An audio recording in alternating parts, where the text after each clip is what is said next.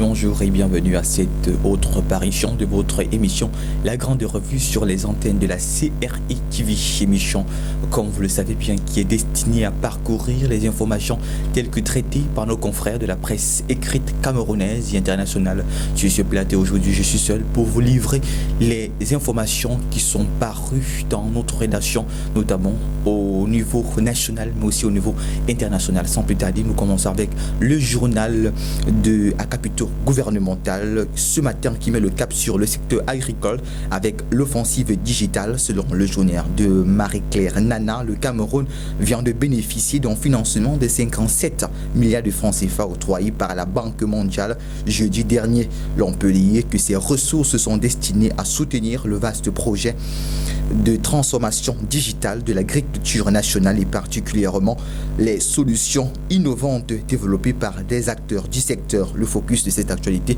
c'est à retrouver en page 7 du journal. Et puis l'affaire Hilaire Aïssi, remettons les organes avec mutation. Le quotidien revient sur les problématiques des derniers développements du scandale qui secoue l'hôpital général de Yaoundé. À la page 5, le journal traite sur la nécessité de la commission d'enquête de rendre une copie conforme de la réalité des faits. Et puis crise dans les hôpitaux, la méthode Manaouda selon le journal du jour. En kiosque ce lundi, le journal bleu nous informe que les auditions dans le cadre des enquêtes initiées suite aux soupçons du trafic d'organes à l'hôpital général de Yaoundé s'ouvrent ce jour. C'est en page 5 du quotidien.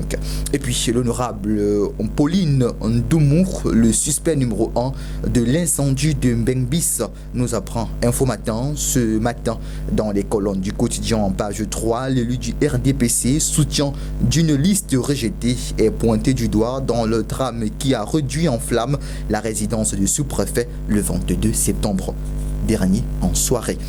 Et puis en pied de une, l'ONU Habitat félicite le Cameroun à l'occasion de la 35e édition de la journée mondiale de l'habitation. La directrice exécutive de l'institution, Maïmouna Maud Sharif, présente au pays le 2 octobre dernier, s'est dit satisfait des efforts du gouvernement en matière d'habitation décente. C'est à retrouver en page 4 du quotidien de Dieudonné Va. Et puis bonne nouvelle avec Eco Santé pour terminer cette revue concernant la prise en charge du Covid-19.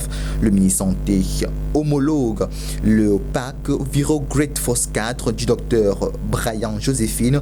Le docteur Manaouda Manachi vient d'autoriser la mise sur le marché du médicament traditionnel de catégorie 2 utilisé en complément pour la prise en charge du Covid-19.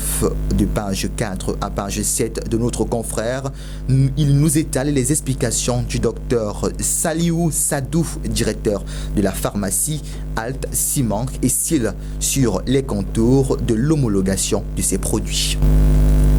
À présent, c'est la revue de presse internationale. Nous commençons avec le quotidien d'Abidjan de ce jour qui s'intéresse sur le nouveau parti de Gbagbo et titre à sa une des grandes figures du monde politique annoncées. Dans l'apparition de ce matin, vous retrouverez ce qui va se passer le 16 et le 17 octobre. Toujours dans le même exercice, le quotidien s'interroge sur la coopération du Nord-Sud et titre pourquoi la France est vomie en Afrique. Les détails, c'est dans l'apparition de ce matin, toujours dans cette revue de presse sur les antennes de la CRI TV, des journaux internationaux, notamment en Côte d'Ivoire. L'intelligent d'Abidjan fait un flashback sur la 14e édition de la World Police Conference tenue aux Émirats Arabes Unis, nous rapportant les propos du Premier ministre ivoirien Patrick Achi. L'Afrique ne dispose pas aujourd'hui des armes nécessaires pour triompher seule. Fin de citation. L'intégralité, c'est à retrouver dans les kiosques ce matin. Et puis Fraternité Matin s'interroge au propos, et toujours également sur les propos du Premier ministre Patrick Achi à la tribune de la 14e édition de la World Police Conference, qui n'était autrement que basée sur la création des emplois et aussi l'industrialisation de la Côte d'Ivoire. Et titre à sa une, nous n'avons pas d'autre choix que de réussir. L'intégralité, c'est en page 3 du journal.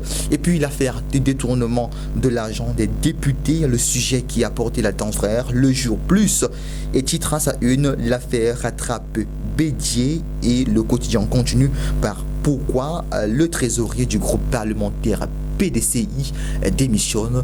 L'intégralité de l'enquête, c'est à retrouver dans le journal en kiosque ce matin. Et puis cap sur le mandat, le journal nous parle d'élection du conseil d'administration, évoque les grands bouleversements pour les fonctionnaires. Le quotidien continue en énumérant les corps du métier qui ne voteront pas, ce que réclament les candidats et puis les dispositions à prendre pour les 66 000 mutualistes. Mesdames et messieurs, vous retrouverez dans l'apparition en kiosque plus de détails. Et puis le journal nous parle également de recrutement au niveau du secteur maritime et des engins de fer. Plus de 1000 jeunes sont attendus. Les détails, c'est dans le journal, dans le kiosque ce matin.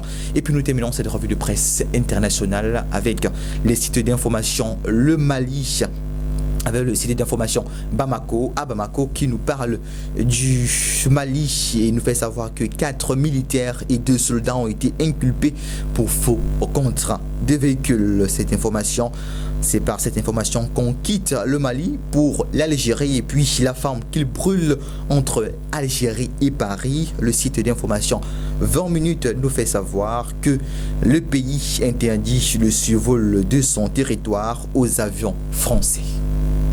C'est tout pour les actualités internationales et nationales pour ce numéro du 4 octobre 2021 sur les antennes de la CRI TV. Mesdames et messieurs, merci de nous avoir suivis. Nous vous donnons rendez-vous demain pour une autre édition.